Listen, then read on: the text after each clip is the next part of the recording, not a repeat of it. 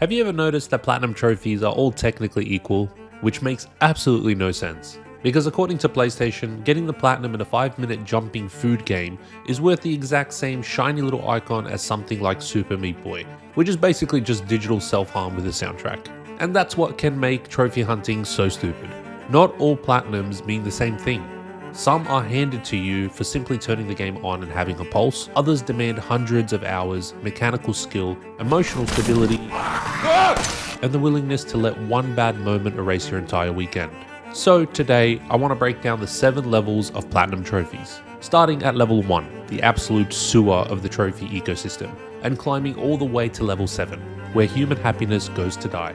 And before anyone starts typing essays in the comments, yes, this is a bit subjective. Obviously, some games blow the line, and one man's hard platinum is another man's Tuesday. But generally speaking, trophy hunters know exactly what I mean.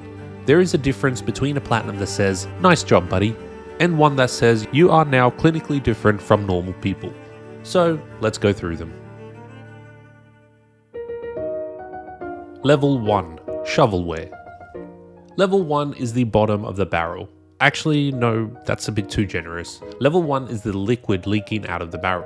These are the shovelware platinums, the games that exist for one reason and one reason only: to feed trophy addicts who want their account number to go up with absolutely no resistance whatsoever. Ugh. Brother, ugh. What's that? These games are not designed to be fun. They're not designed to be memorable. They're not even really designed to be games. They are basically trophy dispensers wearing a fake mustache. And look, I get why people buy them, I really do. They're cheap, they're fast, and if someone wants a quick dopamine hit after spending 80 hours being abused by some miserable indie platformer, I understand the temptation.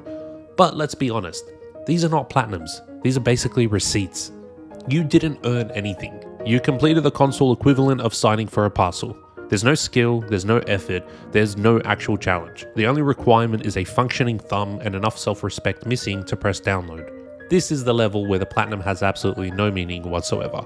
It's not impressive, it's not memorable, it doesn't tell a story, it just exists. Some example of games in this level are the jumping food games, Stroke the Cat where you just aimlessly press one button until the platinum pops, or Road Bustle where you're just basically running into the platinum trophy.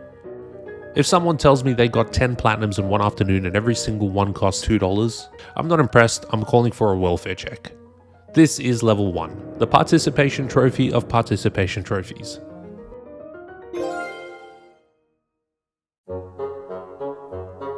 Level 2, the freebie. Now, level 2 is slightly better, because these are at least actual games, usually. This is where you get those platinums that are still laughably easy, but they come from something with at least a tiny bit of dignity attached to it. Maybe it's a short narrative game, maybe it's a walking simulator, maybe it's a Telltale style game where the platinum is basically just a reward for finishing the story and not falling asleep before the credits. You didn't exactly suffer for it or grind for it, but at least you experienced a full game. These are the platinums where the trophy list feels more like a formality rather than a challenge. Complete chapter 1, complete chapter 2, make one decision, here you go, king. King in the castle. And honestly, I don't hate these, because unlike level 1, they aren't trying to scam trophy hunters with a fake product. A lot of these games are actually enjoyable. Some are emotional, some are funny, and some tell great stories. Some example of games in this level are Telltale games. Most Telltale Platinums unlock simply by finishing the story. Very few have collectibles, no difficulty requirements, and there's no skill needed.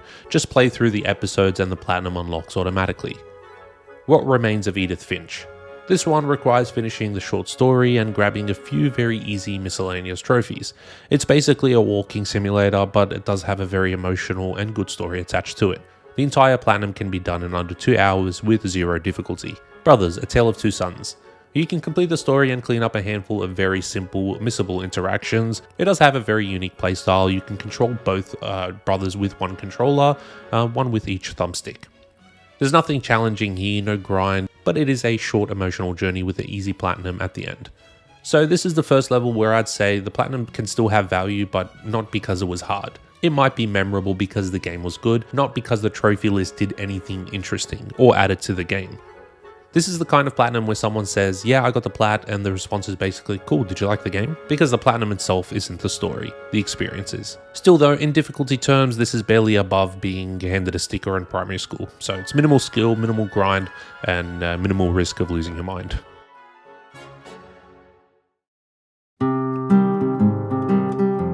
Level 3, the casual platinum. Okay, now we're entering proper trophy hunting territory. Level 3 is what I'd call the casual platinum. This is where the game asks for a little bit of effort. Not much, but enough that you can't just sleepwalk into it. Maybe you have to finish the game, collect some stuff, do a few optional tasks, and clean up some side content. Maybe even beat it on a slightly harder difficulty.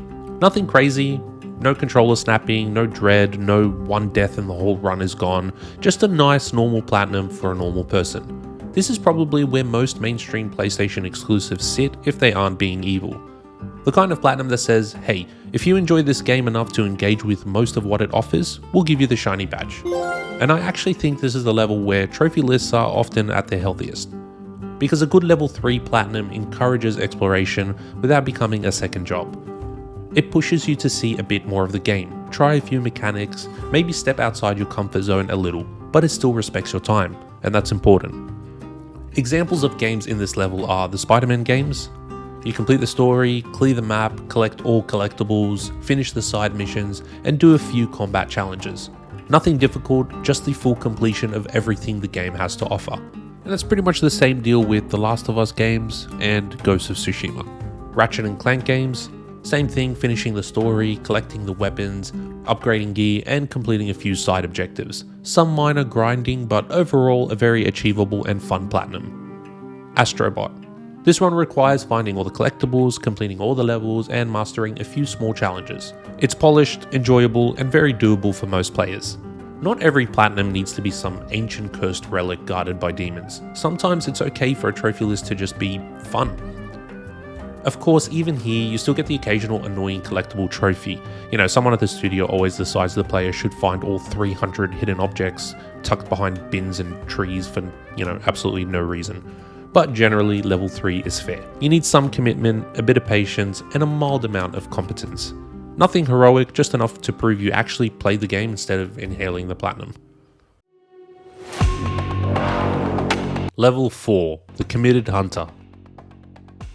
Level 4 is where platinums stop being casual and start becoming deliberate. This is where you can no longer just kind of go for it. You have to commit. These are trophies that ask for real completion. Not ridiculous suffering yet, but enough that the platinum becomes a project. Maybe there's a hard mode, there's missables, maybe a chunky grind, combat challenges, speed requirements, ranking systems, or even extra post-game content that actually fights back. This is where people start looking up trophy guides before they accidentally ruin their run. Because level 4 platinums are very doable, but they can absolutely waste your time if you go in blind and cocky. This is the category where you finish the game and think, great, now I can relax. And then the trophy list gently taps you on the shoulder and says, no, you haven't started, dickhead. This level usually separates people who like trophies from people who actually hunt them, because now you need some planning, some efficiency, some awareness. Maybe you need to route collectibles, maybe you need to save specific resources, you need to prepare for a harder second playthrough, or need to learn the systems the average player completely ignored. Examples of games in this level are the Resident Evil games, especially Resident Evil 7 and Resident Evil 8. These require multiple playthroughs, speedruns, high difficulty modes like Madhouse or Village of Shadows, limited resource runs, and specific challenges. You need planning, route optimization, and solid gameplay. Does she come down here? I'm so dead! God of War games. These platinums require full completion, Valkyrie boss fights, Berserker boss fights, collectibles, and combat mastery. Some fights can be genuinely difficult, especially optional endgame content. GTA games. These require massive open world completion, collectibles, side activities, and often online trophies. The difficulty isn't always high, but the commitment and time investment definitely is. You're still not in nightmare territory. This is where the platinum starts to demand respect. And when you get one of these, it actually feels like you did something. It's not legendary, it's not insane, but it's definitely solid. This is the dependable, respectable middle class of trophy hunting. The kind of platinum where other hunters nod and go, yeah, fair enough. Ooh la la! Level 5, The Wall. Now, level 5 is where the real filtering begins. This is the point where a lot of players can still beat the game, but the platinum, that's another story. These are the platinums with a serious obstacle. Not necessarily impossible, but there's usually one major wall that destroys people.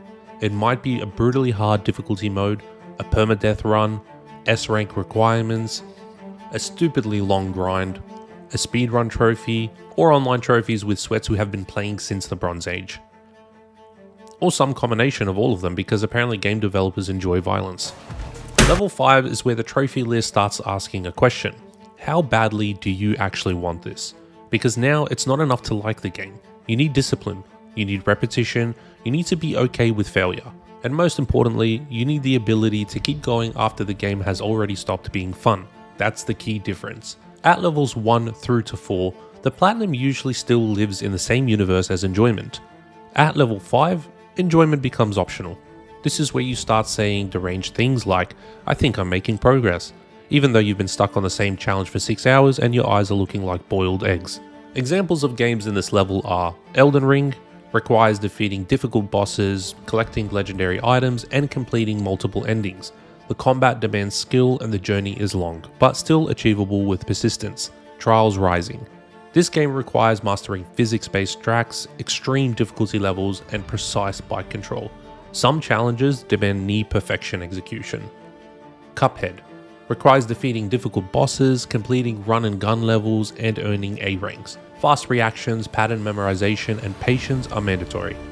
A good level 5 platinum creates the feeling where every trophy is earned. A bad level 5 platinum creates the feeling like the developers personally knew your address. This is also where people start dropping games they absolutely love, because they realize loving a game and mastering a game are two very different things. You can adore the experience and still want absolutely nothing to do with the platinum.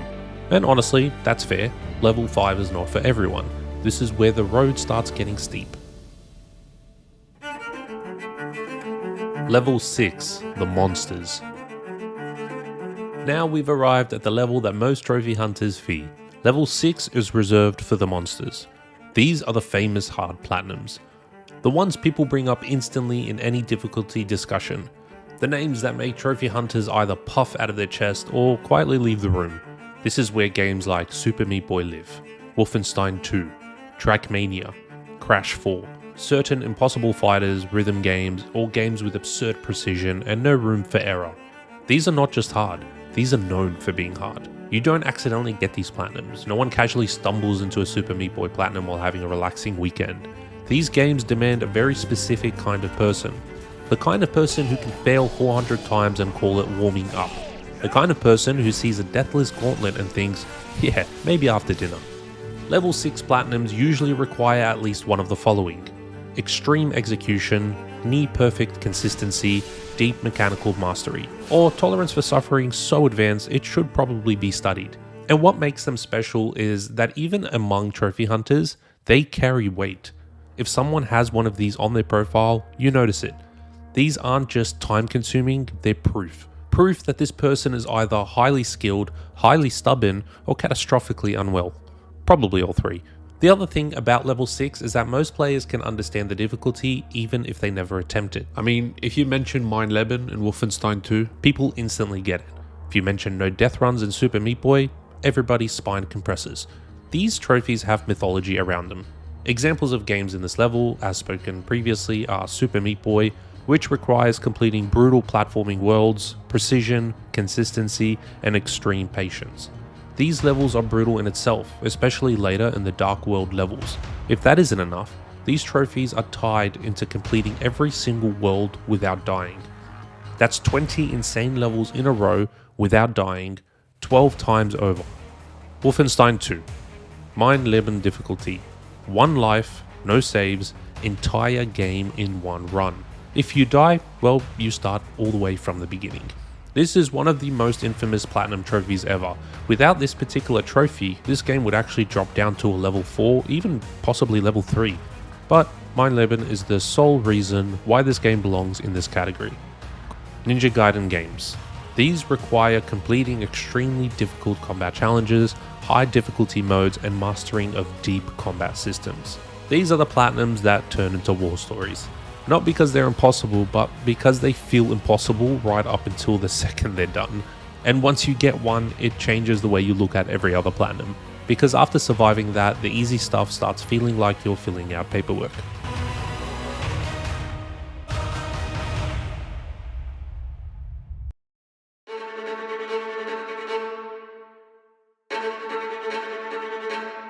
And now we have reached the final level, level 7, the Forbidden Zone.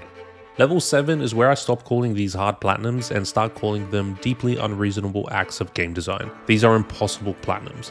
The ones so far beyond normal difficulty that even elite trophy hunters hesitate before touching them. And honestly, for me, this level has to be extremely exclusive. Because if level 6 is full of monsters, level 7 should be reserved for the things that sit even above them. This is absolute peak. These are trophies that don't just require mastery, but something close to obsession. And the clearest example for this is Crypt of the Necrodancer. Let me just show you the PSN guide on this game. Honestly, this thing barely feels like a platinum trophy. It has everything. Rhythm mechanics, roguelike randomness, precision, game knowledge, RNG, multi-character mastery, insane challenge runs, and a general attitude of complete disrespect towards your free time. This is the kind of platinum where just understanding what's required is enough to make a normal person slowly back out of the room. And the reason Crypt of the Necrodancer belongs alone, or almost alone, at the top is because it doesn't just exceed normal platinum difficulty, it practically breaks the scale. Even compared to other 10 out of 10 games, it feels like the final evolution. It feels well above other 10 out of 10s, like the thing other impossible platinums have nightmares about. Before we even talk about the trophies, I need to explain what Crypt of the Necrodancer actually is, because the game is already insane before the trophies even enter the conversation. Crypt of the Necrodancer is a rhythm-based roguelike dungeon crawler, which already sounds like 3 genres that should never be combined, but they somehow made it work. Every single movement you make has to be on the beat of the music. You move too early, you get punished. You move too late, you get punished. Enemies also move on the beat. Traps trigger on the beat, bosses attack on the beat, everything is synced to the music, which means the entire game becomes this weird mix of strategy, rhythm, and pure panic. And because it's a roguelike, when you die, you don't restart the level, you restart the entire game. It has randomly generated floors, random enemy spawns, random item drops, everything is RNG. It's different builds every single run. So you can't even memorize the game properly, you have to react to the rhythm in a completely random situation. Now that already sounds hard. The game doesn't just have one character, it has multiple characters, each with completely different rules, mechanics, and restrictions. Some characters die in one hit. Some characters can't pick up gold, which is practically everywhere and drops everywhere. Some characters must move on every single beat. If you miss one beat, you don't lose a health bar, you die instantly. And the Platinum Trophy, it expects you to beat the entire game with basically all of them in a row without dying. So before we even talk about the trophies, just understand this. Most hard games test your skill. Crypt of the Necrodancer tests your skill, rhythm, memory, reaction speed, and mental stability all at the same time. Okay, so just some examples of the trophies.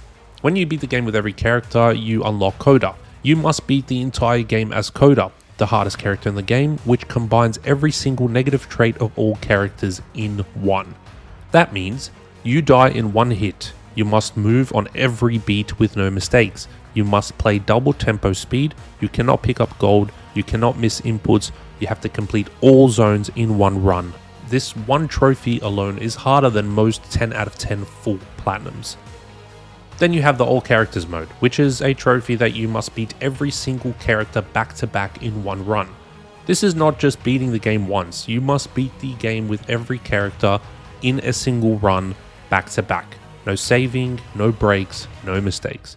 If you die on the last character, you start from the very beginning. So as I mentioned before, that's 9 full characters in a row, so 9 complete game clears in one sitting. This game, like I said, just deserves to be on this level on its own because of its insane requirements for the platinum. If I had to place other games in this category where Crypt of the Necrodancer didn't exist, well, I would include something like Jump King. Now, this one is a completely different kind of nightmare. Jump King looks very simple. Just a king trying to climb to the top. That's it. No enemies, no combat, no abilities, you just jump. But the entire game is built around one mechanic: charging jumps and the directional button. You hold the button to control distance and release to jump. That's your entire moveset. It sounds easy until you realize there's no air control, there's no mid-jump correction, no grabbing ledges, no double jump, no forgiveness. Once you jump, you're committed. And the levels are designed in the most evil way possible.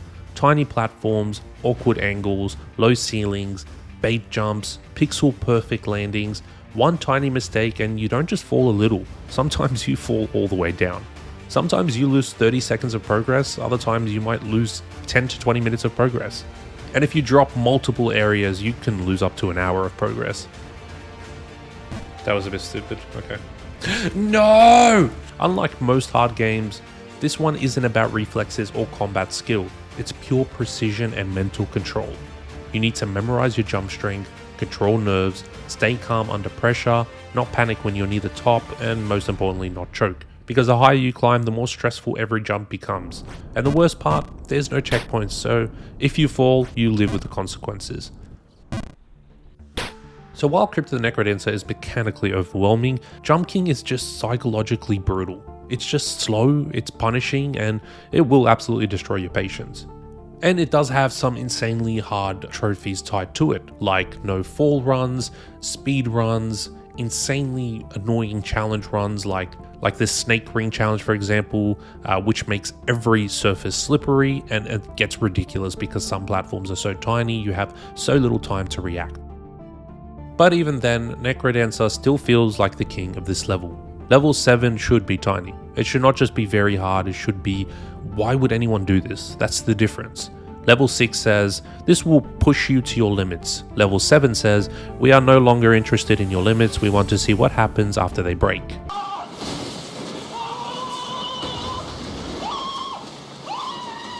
These are the platinums that become legendary specific because so few people ever finish them.